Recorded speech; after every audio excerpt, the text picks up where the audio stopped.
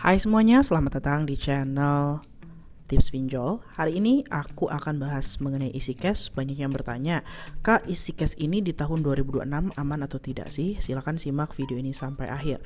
Teman-teman, kalau kita ngomongin aman atau tidak, mungkin ada dua versi ya, aman digalbay atau aman dipinjam gitu ya. Mungkin di video ini kita hanya akan bahas apakah aman dipinjam di tahun 2026 ini. Silahkan simak video ini sampai akhir kalau kalian penasaran. Teman-teman, untuk isi cash ini kalian bisa download di Google Play Store, namanya isi cash pinjaman daring.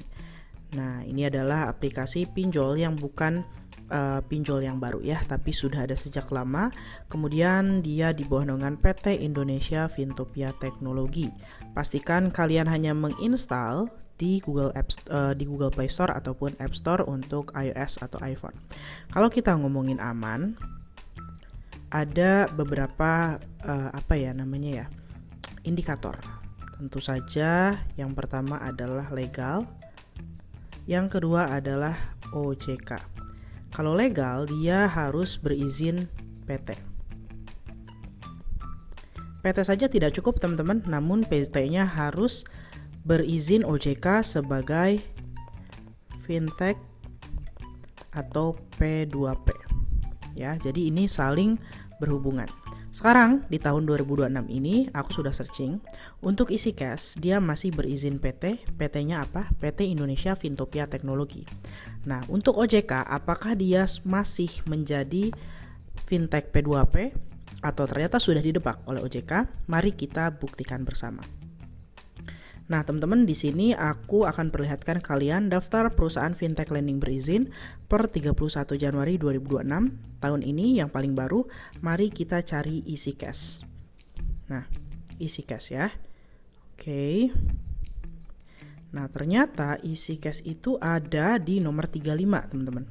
Teman-teman bisa lihat di sini 35 PT Indonesia Fintopia Teknologi isi cash, nomornya KEP 49D05 2020 16 Oktober 2020. Websitenya isicash.id, Android dan iOS, dan ini adalah daftar perusahaan fintech lending berizin per 31 Januari 2026. Berarti teman-teman, berarti teman-teman, untuk isi cash ini di tahun 2026 Januari, karena sekarang sudah April ya, dia masih terdaftar sebagai fintech lending berizin. Nah, masih terdaftar fintech lending berizin di bawah naungan PT Indonesia Fintopia Teknologi.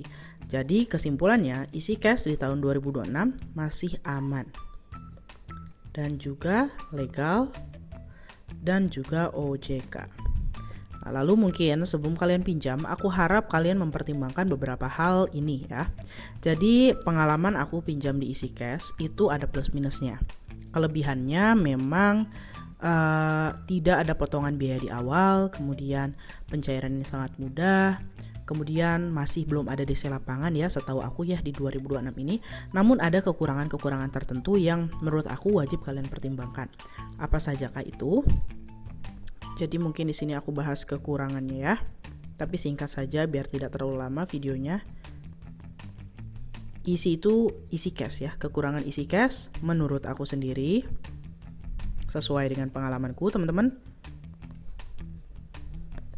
Yang pertama, periode bayar hanya 15 hari. Jadi pastikan kamu tahu kalau isi cash ini periode bayarnya hanya 15 hari ya teman-teman. Kemudian selain periode bayar, limit awal kecil. Bahkan kalau kalian datanya busuk, biasanya pada dapat 200.000 atau 300.000 aja. Kemudian yang ketiga adalah penagihan intent. Sebenarnya rata-rata pinjaman online yang belum ada DC lapangan memang penagihannya cukup intens teman-teman. Ya wajar saja, mereka kan nggak punya DC lapangan ya.